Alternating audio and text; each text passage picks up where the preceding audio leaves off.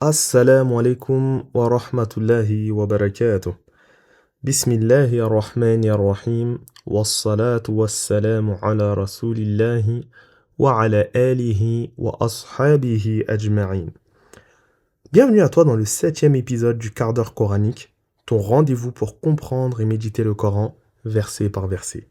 Dans cet épisode, je vais évoquer le 7e et dernier verset de la sourate 1 qui se nomme Al-Fatiha, celle que nous récitons au minimum 17 fois par jour, sans toujours mesurer la puissance qu'elle contient. Dans ce verset, Allah subhanahu wa ta'ala dit Sirata alladhina an'amta alayhim ghayril maghdubi alayhim waladdallin. Ce qui signifie dans un sens rapproché le chemin de ceux que tu as comblés de bienfaits, non pas de ceux qui ont encouru ta colère, ni des égarés.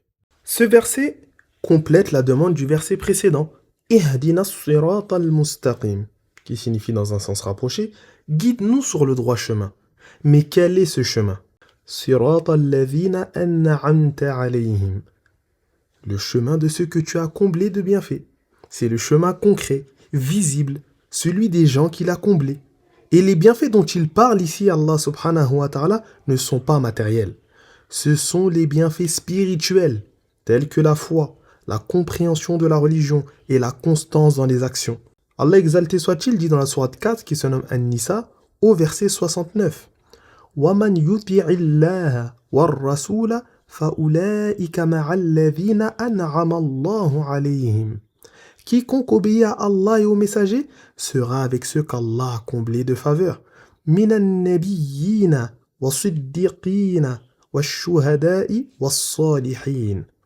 Parmi les prophètes, les véridiques, les martyrs et les vertueux. Wa hasuna ulaika rafiqa. Et quelle belle compagnie. Ce sont eux les porteurs de la lumière du droit chemin. Ceux qui ont su, compris et agi. À la suite, Ghayril maghdubi alayhim waladdallin. Dans cette dernière partie du verset, Allah subhanahu wa ta'ala nous montre deux pièges opposés, deux façons de quitter le droit chemin. Le premier, ce sont ceux qui ont connu la vérité mais l'ont rejetée. Le mot ghadab signifie la colère. Ce sont ceux qui ont reçu la lumière mais qui ont choisi de l'éteindre. Ils savaient mais ont refusé d'appliquer. Le savoir les a rendus fiers au lieu de les rendre humbles. Le second piège, c'est celui de ceux qui ont voulu bien faire, mais sans apprendre. Le mot dal vient de la racine dalala, qui signifie se perdre, s'écarter de la route. Ces personnes peuvent être sincères, mais leur sincérité n'est pas éclairée par la science. Ils veulent avancer vers Allah subhanahu wa ta'ala, mais sans boussole. Ce verset est donc un miroir de la communauté, car le croyant ne veut être ni de ceux qui savent sans agir, ni de ceux qui agissent sans savoir. Il cherche la voie du juste milieu, celle de l'équilibre entre la lumière de la science et la chaleur de la foi. Il apprend pour mieux adorer et adore pour mieux comprendre. Il ne se contente pas de connaître les textes, il les vit. Et il ne se contente pas d'agir avec passion, il agit avec clairvoyance. C'est comme un voyageur. La science est son GPS, la foi est son moyen de locomotion. S'il a un GPS sans moyen de locomotion, il va rester sur place. À l'inverse, s'il a un moyen de locomotion sans GPS, il va tourner en rond. Mais quand il a les deux, il avance droit vers sa direction. Voilà le vrai croyant. Celui qui joint la lucidité de l'esprit à la sincérité du cœur. Celui qui se nourrit de connaissances, mais qui reste humble et constant dans ses actes. Ce verset est un miroir également intérieur. Chaque jour, demande-toi, suis-je sur le chemin de ce qu'Allah subhanahu wa ta'ala a comblé de faveur?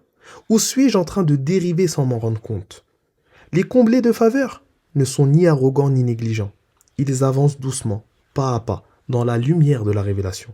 La foi n'est pas un état figé, c'est un long voyage. Tu peux être guidé aujourd'hui et t'éloigner demain si tu cesses de nourrir ton cœur. C'est pour cela que la sourate Al-Fatiha se récite à chaque prière, pour rappeler que la guidée n'est pas un acquis, mais une lumière qu'il faut entretenir chaque jour. Quand tu dis Ihdina as-sirata al-mustaqim, guide-nous sur le droit chemin, et que tu continues en disant Sirata alladhina an'amta alayhim, le chemin de ceux que tu as comblés de bienfaits, tu ne fais pas qu'invoquer, tu t'engages. C'est comme si tu disais à ton Créateur, Ya Allah, garde-moi avec les gens de la lumière, pas avec ceux qui ont encouru ta colère ou ceux qui se sont égarés. Donne-moi la science utile et la foi sincère. Écarte-moi de la confusion et fais-moi aimer la clarté du droit chemin. Ce verset conclut la sourate Al-Fatiha. Le prophète sallallahu alayhi wa sallam a dit Lam yunzal fi tawrat. Allah n'a rien révélé dans la Torah, wala fil injil, ni dans l'évangile, wala fil zabour, ni dans les psaumes, wala fil Qur'an, ni même dans le Coran, mithlu ummil kitab. Une sourate semblable à la mère du Coran, donc à sourate Al-Fatiha. Chaque fois que tu récites cette sourate, il est recommandé de dire à la fin Amin.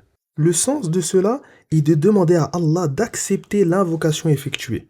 Car rappelle-toi, tu viens de demander le plus grand bienfait qu'un être humain puisse recevoir, la guider.